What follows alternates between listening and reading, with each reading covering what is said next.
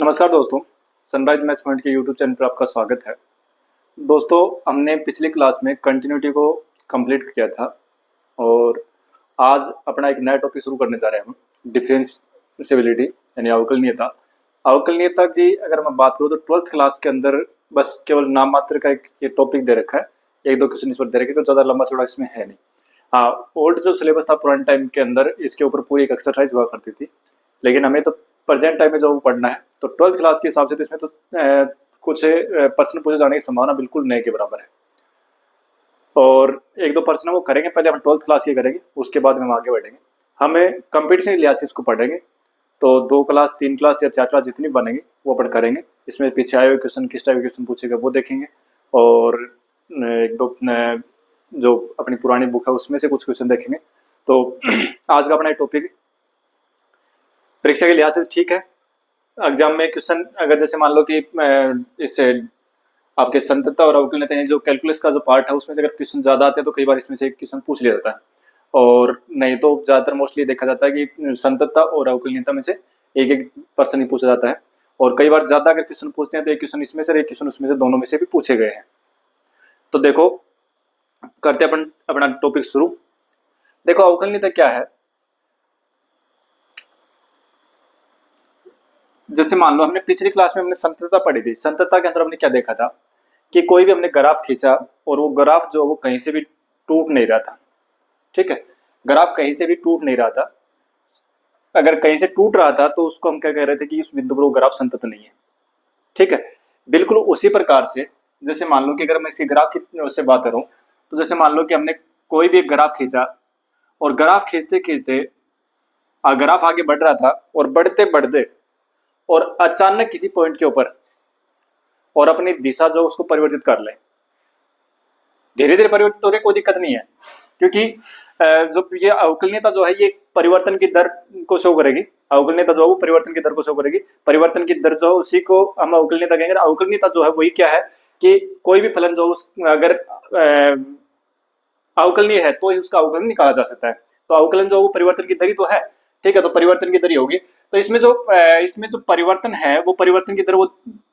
अचानक और अपनी दिशा बदल ले। जैसे मान लो कि यहाँ आया, यहाँ अचानक आकर के ये ग्राफ जो वो यूं हो गया। ठीक है, यहां पर इसमें क्या बन गया, एक कोना बन गया। अगर किसी ग्राफ के अंदर और ग्राफ बढ़ रहा है, बढ़ता जा रहा है, कहीं जाकर के उसके ऊपर अंदर अगर कोना बन जाता है तो जिस बिंदु पर कोना बना ना, वहां पर वो फलन जो अवकलनीय नहीं है। क्यों? क्योंकि यहाँ पर इसकी परिवर्तन की दर जो है ना, यहाँ इसकी परिवर्तन की दर अलग थी, यहाँ पर इसकी परिवर्तन की दर जो अलग है। परिवर्तन की दर बदल जाती है दोनों साइड, और परिवर्तन की दर अगर बदल जाती है तो क्योंकि परिवर्तन की दर तो सभी जगह एक जैसी होनी चाहिए। तो किसी भी फलन का अगर हम ग्राफ खींचे तो उसमें जो भी परिवर्तन की दर हो रहा है वो सभी जगह एक जैसा होना चाहिए, तब तो अवकलनीय है। लेकिन यहाँ पर यहाँ तक आए इसकी परिवर्तन की दर जो थी वो एक जैसी थी, लेकिन यहाँ करके और ये जो इस तरीके से इस साइड में घूम गया, यहाँ एक कोना बन गया इस एक पॉइंट पर। यहाँ पर इस पॉइंट के ऊपर आकर के जो है ना, इस पॉइंट के ऊपर इसके बिल्कुल लेफ्ट साइड में और राइट साइड में जो परिवर्तन की दर निकालेंगे वो अलग अलग आएगी, देखना। ठीक है, और वो जो अलग अलग आएगी ना, इसीलिए अवकलनीय नहीं है।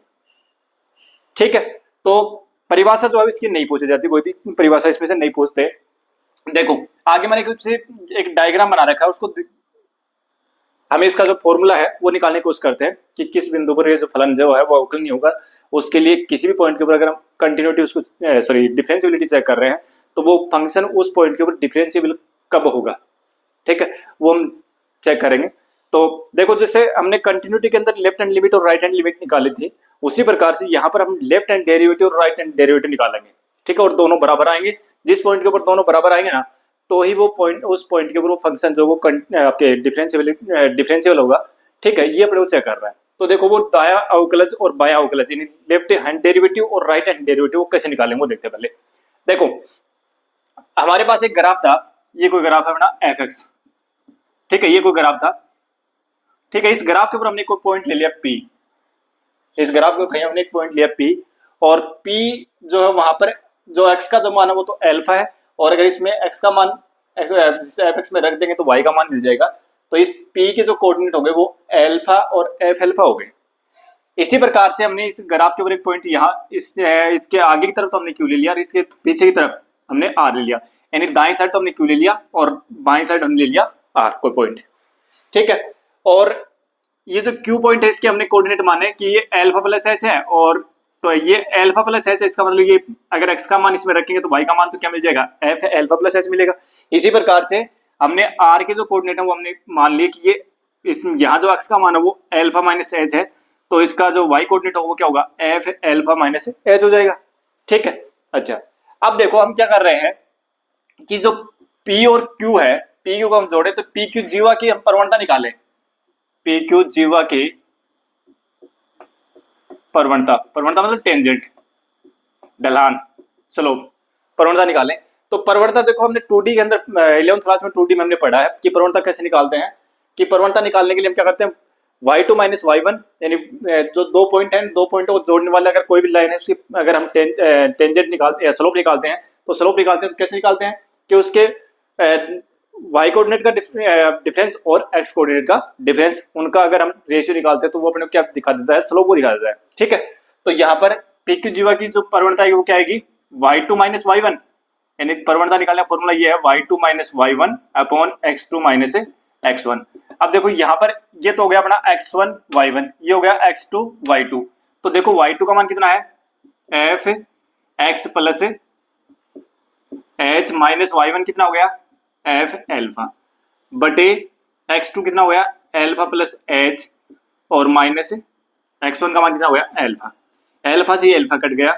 f x plus h minus f alpha upon h, ये आ गई इसकी प्रवणता, ठीक है, ये इसकी प्रवणता आ गई। अब देखो अगर हम ये देखेंगे P जो क्यू पॉइंट है ना उसको हम बिल्कुल धीरे धीरे इसके P के पास में लेके आए, P के बिल्कुल पास में लेके आए, तो पास में लेके आएंगे तो देखो क्या होगा कि ये जो दूरी है ये P के पास में लेके आएंगे तो दूरी कम होती जाएगी, इस साइड आता जा रहा है, ये Q जो इस साइड आ रहा है पॉइंट, तो ये दूरी धीरे धीरे कम होती चली जाएगी, धीरे धीरे कम होती चली जाएगी, इसका मतलब H का मान कम होता चला जाएगा और ये Q बिल्कुल P के बिल्कुल नजदीक आ जाएगा, और अगर Q जो हो P के ऊपर आ जाए तो यहाँ इसका मान क्या हो जाएगा, जीरो हो जाएगा, भाई Q जो है वो इसकी तरफ खिसकता हुआ आ रहा है, ठीक है, और Q पॉइंट P पर ही पहुंच जाए तो उस समय इसका मान तो क्या हो जाएगा, जीरो हो जाएगा, ठीक है। तो देखो Q जो वो P की तरफ आ रहा है तो उस समय H जो है वो किसकी तरफ जाएगा, H टेंड्स टू जीरो, यानी H धीरे धीरे कम होता जाएगा और जो ही Q है वो P पर पहुंच जाएगा उस समय H जीरो हो जाएगा, ठीक है। तो अगर हम इसकी लिमिटिंग निकालें यानी पॉइंट बिंदु P पर, अब यहां पर अपने को क्या मिलेगा, बिंदु P पर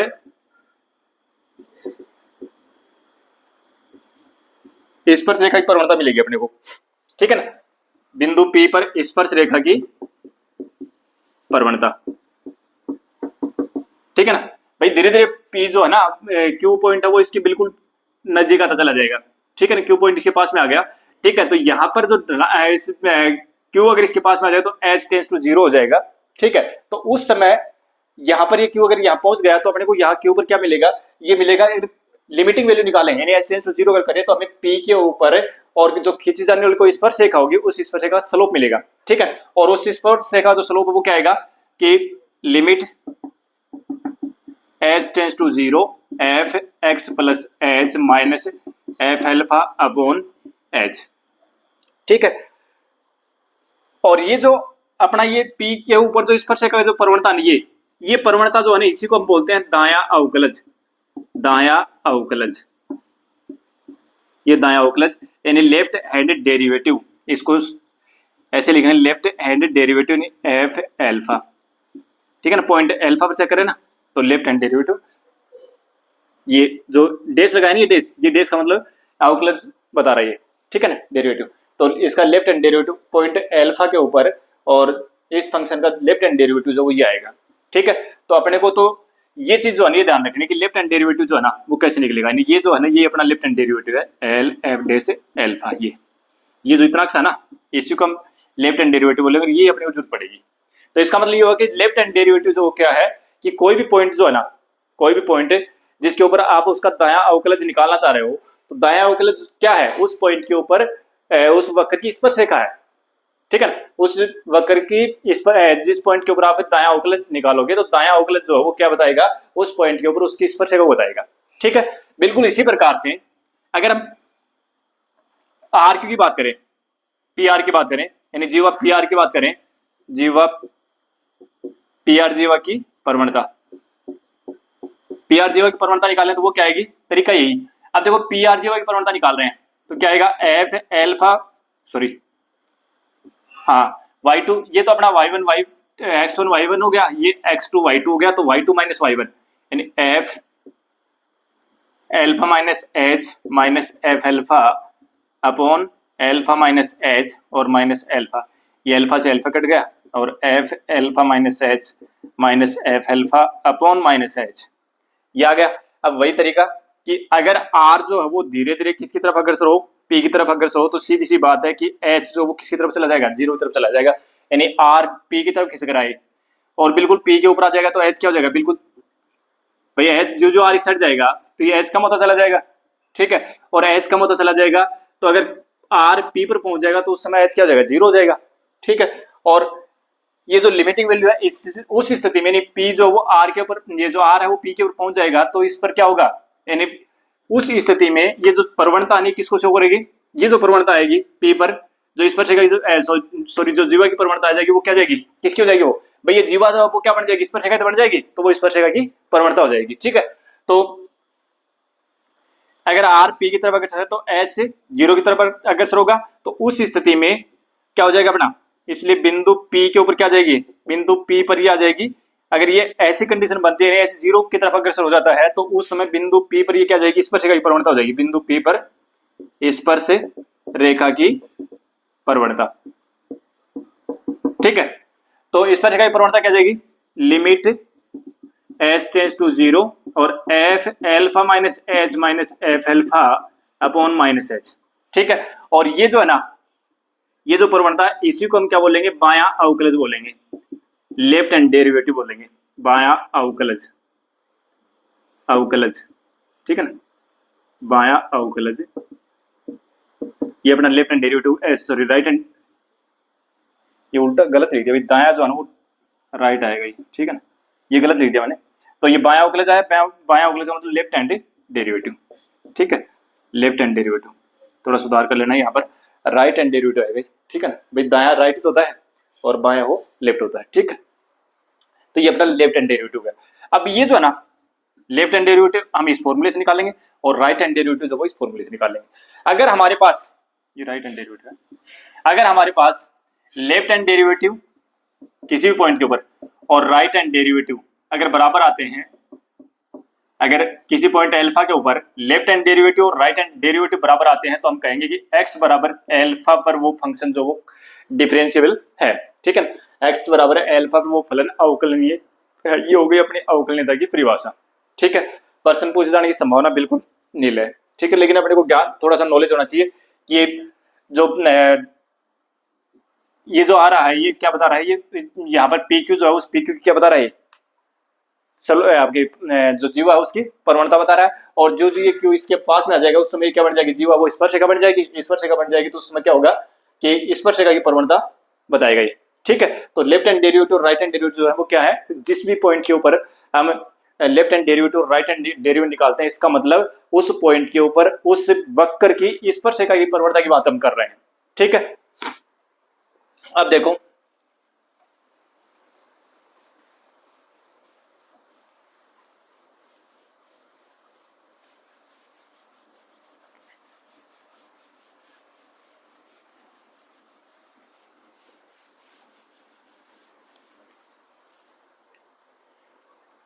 देखो अवकलनीयता क्या चीज है, तो इसकी परिभाषा अगर लिखना चाहो तो आप लिख सकते हो, अवकलनीयता क्या हो जाएगी कि कोई वक्र y बराबर एफ एक्स से x बराबर एल्फा पर x बराबर एल्फा पर अवकलनीय कहलाता है यदि अवकलनीय कहलाता है यदि x बराबर एल्फा पर वक्र की अद्वितीय स्पर्श रेखा हो, अद्वितीय स्पर्श रेखा हो मतलब एक स्पर्श रेखा हो, ठीक है। तो उस समय वक्र x बराबर है अल्फा पर जो आपका फलन एफ एक्स है वो क्या कहलाएगा, अवकलनीय कहलाएगा। ठीक है, तो ये हो गई इसकी परिभाषा। अब देखो अपने पास क्या होगा कि एक फंक्शन दिया होगा,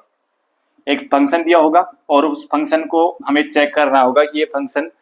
कोई बिंदु देकर उस बिंदु पर हमें चेक करना होगा कि ये फंक्शन जो है वो अवकलनीय है या नहीं है। ठीक है, तो देखो पहला क्वेश्चन अवकलनीयता का पहला क्वेश्चन ही करते हैं अपन बुक का, उसके बाद में आगे बढ़ेंगे। जो अपने एग्जाम्स में जो आते हैं वो क्वेश्चन ही पूछ जाते हैं, लेकिन थोड़ी सी डेफिनेशन के बारे में भी हमें जानकारी होनी चाहिए। देखो क्वेश्चन दे रखा है,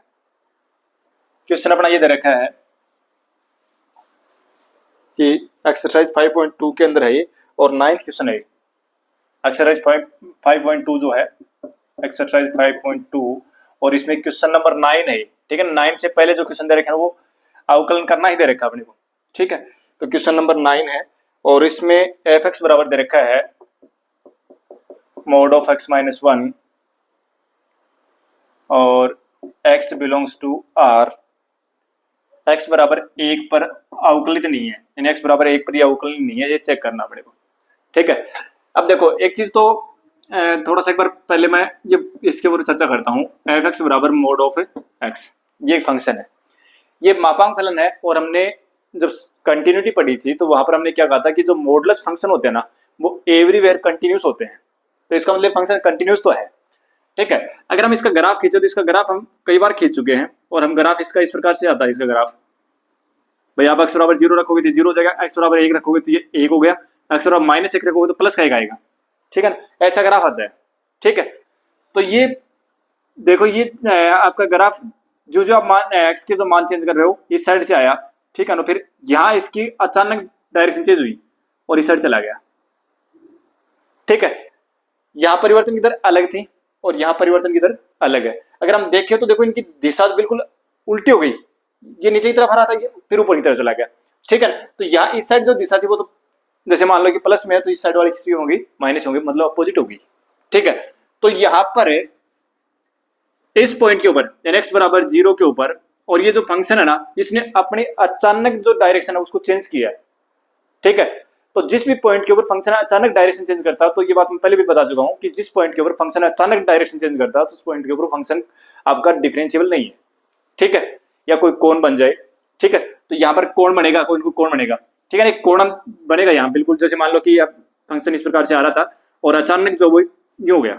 तो यहाँ पर इस पॉइंट के ऊपर ये फंक्शन जो कंटिन्यूस सॉरी डिफरेंशिएबल नहीं है। ठीक है, तो ये जो फलन है ना ये x बराबर 0 पर छोड़ कर, ये x बराबर 0 को छोड़ के बाकी सभी जगह पर ये फलन क्या है, आपका अवकलनीय है। ठीक है, और अब देखें इसकी कि ये तो ग्राफ से अगर इससे चेक करें डेफिनेशन से देखो तो एफ एक्स बराबर क्या दे रखा अपने को, मोड ऑफ x दे रखा ना। ठीक है, और अगर हम इसको लिखेंगे एफ एक्स बराबर, इसको हमने ऐसे भी तो लिखा था कि x is less than 0, in x का मान 0 से कम है तो ये -x आएगा, और अगर x का मान ग्रेटर देन 0 है, x इज ग्रेटर देन 0 तो इसका मान आएगा x, और इक्वल 0 कर देंगे तो x बराबर 0 करते ही 0 बन जाए, एक जगह 0 लगा दो, इक्वल लगा दो। ठीक है, एक जगह पर आप इक्वल लगा दो, कोई दिक्कत नहीं है। ठीक है, अब देखो अगर यहां से हम लेफ्ट हैंड डेरिवेटिव निकालें, LH लेफ्ट हैंड डेरिवेटिव यानी किस पर, x बराबर 0 पर, f डे से 0 मतलब x बराबर 0 पर लेफ्ट हैंड डेरिवेटिव। ठीक है, क्या था तरीका, limit h tends to 0, f किस पर चेक करें 0 पर ना, तो 0 minus h minus f0 upon minus h, ये तो था अपना फॉर्मूला। भाई लेफ्ट हैंड डेरिवेटिव निकाल रहे थे, अल्फा पर निकाल रहे थे, तो लेफ्ट हैंड डेरिवेटिव अल्फा के ऊपर निकाल रहे थे, तो यहाँ f डे से अल्फा आ रहा था, limit h tends to 0 f alpha minus h minus f alpha upon minus h, और राइट हैंड डेरिवेटिव निकाल रहे थे उस समय ये प्लस बन रहा था और यहाँ पर नीचे ये भी प्लस आ रहा था। ठीक है, तो देखो 0 माइनस h मतलब 0 से छोटे मानों के लिए फलन का मान तो ये ना रखो इसमें, तो अगर आप लिमिट h टेंड्स टू 0 और 0 माइनस h करोगे तो क्या जाएगा, 0 माइनस h करते ही -0 माइनस h ये आएगा, और माइनस f0 यानी x बराबर 0 करोगे तो f0 का मान क्या आएगा, 0 आएगा बटे minus h, limit h tends to 0 और माइनस माइनस गुणा हो गया प्लस, h हो गया ऊपर तो और नीचे हो गया माइनस h, कितना आ गया माइनस का 1 आ गया, तो लेफ्ट हैंड डेरिवेटिव वो कितना आ गया -1 आ गया। राइट हैंड डेरिवेटिव निकालेंगे तो वो क्या आएगा, उस समय क्या हो जाएगा, लिमिट h टेंड्स टू 0 और एफ जीरो प्लस एच ना, minus F zero upon H, ये तो आएगा। अब देखो क्या हुआ, limit S tends to zero, zero से बड़े मानों के लिए, जीरो से बड़े मानों के लिए फलन का मान ये है, तो इसमें जीरो प्लस एच करो तो क्या जाएगा, जीरो प्लस एच और माइनस एफ जीरो हमारा तो जीरो ही होगा और बटे में एच। ठीक है, ये जीरो ऊपर एच बच गया, नीचे एच, तो एच से एच कर गया, एक आ गया। अब देखो हमारे पास क्या आया कि एल एच डी यानी लेफ्ट हैंड डेरिवेटिव जो है ना वो तो आया माइनस एक, और राइट हैंड डेरिवेटिव क्या आया, प्लस एक आया। मतलब कि आपके पास लेफ्ट हैंड डेरिवेटिव और राइट हैंड डेरिवेटिव जो है ना वो बराबर नहीं है,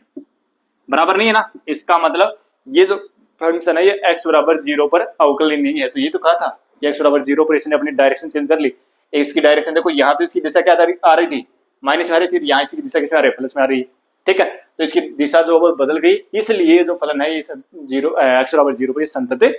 सॉरी अवकलनीय नहीं है। ठीक है, अच्छा अब देखो हम बात कर रहे थे अपने इस क्वेश्चन की। देखो इस क्वेश्चन में या तो आप उस तरीके से लिखो इसको फंक्शन के रूप में, जैसे अभी लिखा था ना मॉडुलस फंक्शन को, उस रूप में लिखो, और अगर सीधा करना चाहो तो सीधे सीधे हो जाएगा। देखो आप अगर इसको जीरो बराबर करो तो x बराबर क्या जाएगा, एक आएगा ना। देखो इसको मैं लिख दूं एफ एक्स बराबर, और अगर x का मान एक से छोटा है, एक से छोटा है, तो उस स्थिति में x का मान एक से छोटा है, एक से छोटा इसका मतलब एक से छोटी और फिर माइनस एक, तो माइनस में आएगा, यानी ये जो मान है किसमें आएगा, माइनस में आएगा, माइनस एक्स माइनस वन, और माइनस से गुणा करती है तो जब प्लस, तो ये बन जाएगा अपना वन माइनस एक्स, ये बन जाएगा। और अगर एक्स का मान एक से बड़ा है, तो एक से बड़ा इसका मतलब ये एक से बड़ी संख्या, एक से बड़ी संख्या में से एक घटाओगे तो प्लस का बचेगा, तो ये उस समय आ जाएगा एक्स माइनस वन। बराबर का चिन्ह आप कहीं लगा दो, कोई दिक्कत नहीं है, यहाँ लगा देते हैं। ठीक है, अब देखो और अगर नहीं लगाना चाहो तो ये लो कर दो, x बराबर जीरो कर दो, तो x बराबर जीरो पर ये क्या जाएगा, सॉरी x बराबर एक पर, x बराबर एक पर ये आ जाएगा जीरो। ठीक है, अब वही तरीका लेफ्ट हैंड डेरिवेटिव, LHD लिख देता हूं लेफ्ट हैंड डेरिवेटिव। ठीक है ना, उसको अपन ये भी लिखते हैं लेफ्ट हैंड किस पर, एक पर ना, x बराबर एक पर। ठीक है, x बराबर एक पर, x बराबर एक पर बायां अवकलज। ठीक है, तो लेफ्ट हैंड डेरिवेटिव इसको सीधा LHD में लिख दूं, शॉर्ट में लिख देंगे, अपना LHD लिखेंगे बार बार। ठीक है, इसको ऐसे नहीं लिखेंगे। ठीक है, तो limit H tends to zero, और एफ एक पर चेक करें ना, तो एक माइनस एच और F minus one upon minus H, ये सूत्र अपने ध्यान रखना है। ठीक है, limit H tends to zero, एक पर चेक करें ना, तो रखो इसमें मान, एक से छोटे मानों के लिए, एक से छोटे मानों के लिए फलन का मान ये ना, तो एक माइनस एच, यानी एक्स की जगह पर एक माइनस एच कर दो, और एफ वन का मान जीरो है और बटे में minus H, limit H tends to zero, और ये क्या हो जाएगा one minus one plus H बटे माइनस एच, ये प्लस वन और माइनस वन कैंसिल, ये आ गया माइनस एक। ठीक है, इसी प्रकार से अगर हम राइट हैंड डेरिवेटिव निकालेंगे आर एच डी, यानी इसको हम ये लिखते हैं आर लेफ्ट हैंड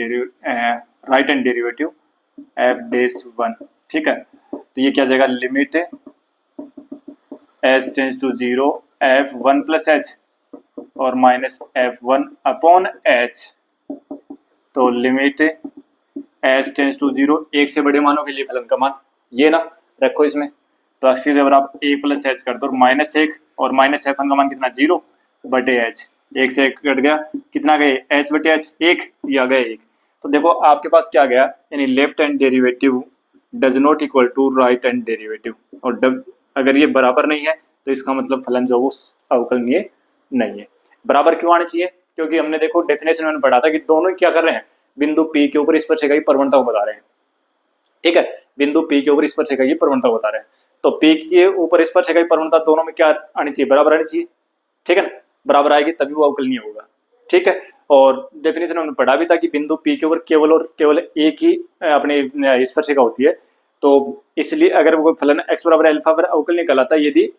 उस फलन के बिंदु x बराबर अल्फा पर केवल एक ही यानी आपकी स्पर्शरेखा हो, एक ही स्पर्शरेखा खींची जा सके। ठीक है, तो ये अपना क्वेश्चन था बुक का। ठीक है, और देखो क्वेश्चन और बुक का वो कर लेते हैं, 12th क्लास की बुक का, 11th क्लास में बहुत सारे प्रश्न दे रखे इसमें। 11वीं क्लास की बुक में बहुत सारे प्रश्न दे रखे हैं, तो वो भी अपन करेंगे, उसमें अच्छे अच्छे प्रश्न करेंगे, बहुत सारे प्रश्न है उसमें। पहले हम 12वीं क्लास की बुक के जो प्रश्न है वो कर देता हूँ, एक प्रश्न और है। क्वेश्चन नंबर 10 है इसमें कि एफ एक्स बराबर दे रखा आपको महत्वपूर्ण फलन है, ठीक है, और एक्स कह रहा है कि 0 से 3 के बीच की बात कर रहा है,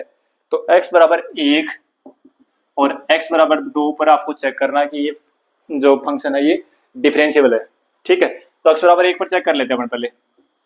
एल एच डी, ठीक है ना। तो क्या था, limit H tends to 0, F किस पर चेक करें, 1 पर ना, 1 माइनस एच और minus F 1 upon minus H, limit H tends to 0 और एक्स की जगह 1 माइनस एच करो तो महत्तम पूर्णांक फलन 1 माइनस एच, और अगर 1 करोगे तो ये आएगा और बटे में minus H, limit H tends to 0, एक में से एच घटाओगे, एक में से एच घटाओ मतलब एक में से बहुत छोटी संख्या घट रही है, एक में से कुछ घट गया तो पूरा एक तो नहीं बचा, एक से छोटी संख्या आ गई। और महत्तम पूर्णांक फलन में क्या होता है कि इसका मान तो हमेशा एक पूर्णांक राशि आती है, ठीक है, और पूर्णांक राशि भी कौन सी आएगी, जो मतलब जो भी राशि आ रही है, जैसे पीछे पे हम बात कर चुके हैं कि महत्तम पूर्णांक फलन अगर आप जैसे मान लो कि 0.99 इसका महत्तम पूर्णांक फलन मान लिखना चाह रहे हो, तो ये किसके बीच में है, 0 और 1 के बीच में है, किन दो पूर्णांक के बीच में, 0 और 1 के बीच में, तो इसका जो मान आएगा वो 0 आएगा, इसका जो मान आएगा वो 0 आएगा, यानी जो पहले वाला पूर्णांक है ना वो आएगा, बाद वाला नहीं, ठीक है। तो यहाँ पर एक में से घट गया, एक में से कुछ घटा मतलब एक तो नहीं है, तो एक से पहले वाला पूर्णांक आएगा, एक से पहले वाला पूर्णांक कौन है, 0 तो है, 0, और ये तो पूर्णांक है, तो एक आ जाएगा बटे माइनस का एच, माइनस एक ये कट गया और ये कितना आ जाएगा, इनफाइनाइट आ गया, मतलब लेफ्ट हैंड डेरिवेटिव और राइट हैंड डेरिवेटिव जो है ना वो इनफाइनाइट नहीं आना चाहिए, वो हमेशा क्या आएंगे आपके, अगर इनफाइनाइट आ गए ना तो उसका मतलब ये हुआ कि उसका जो लेफ्ट हैंड डेरिवेटिव वो उसका वो एग्जिस्ट नहीं कर रहा है, एग्जिस्ट नहीं कर रहा है, इसका मतलब कि आप left hand derivative right hand derivative निकालो से मत निकालो, वो फलन जो उस बिंदु पर अवकलनीय नहीं है, ठीक है। तो x बराबर 1 पर आपको दायां अवकलज जो बायां अवकलज है ना वो बायां अवकलज क्या मिल रहा है, इनफाइनाइट मिल रहा है, इसका मतलब x बराबर 1 पर ये जो फलन है ये अवकलनीय नहीं है, ठीक है। अब यहां से एक चीज याद ही कर लो कि एफ एक्स बराबर महत्वपूर्ण फलन x जो था वो क्या था, हमने संततता जब हमने पढ़ी थी कंटिन्यूटी, तो वहां पर हमने क्या कहा था कि प्रत्येक पूर्णांक पर संतत है, प्रत्येक पूर्णांक पर सॉरी असंतत है, प्रत्येक पूर्णांक पर असंतत है, ये हमने पढ़ा था, डिसकंटिन्यूअस है, ठीक है ना, यानी प्रत्येक इंटीजर के ऊपर डिसकंटिन्यूअस फंक्शन है, और तो ये जो फलन है ये प्रत्येक पूर्णांक के ऊपर असंतत है, तो ये अवकलनीय भी है, मतलब अवकलनीय नहीं है, प्रत्येक पूर्णांक पर असंतत है, तो ये प्रत्येक पूर्णांक पर अवकलनीय नहीं, यानी किसी पूर्णांक पर अवकलनीय नहीं है, ठीक है ना, ये प्रत्येक पूर्णांक पर ये आपका डिफरेंशिएबल नहीं है, ठीक है। अब देखो कुछ बातें देख लो कि अगर कोई फलन यदि एफ एक्स अवकलनीय है तो वह संतत अवश्य होगा, संतत अवश्य है, तो वह संतत भी है, परंतु इसका विलोम सत्य नहीं है, परंतु इसका विलोम सत्य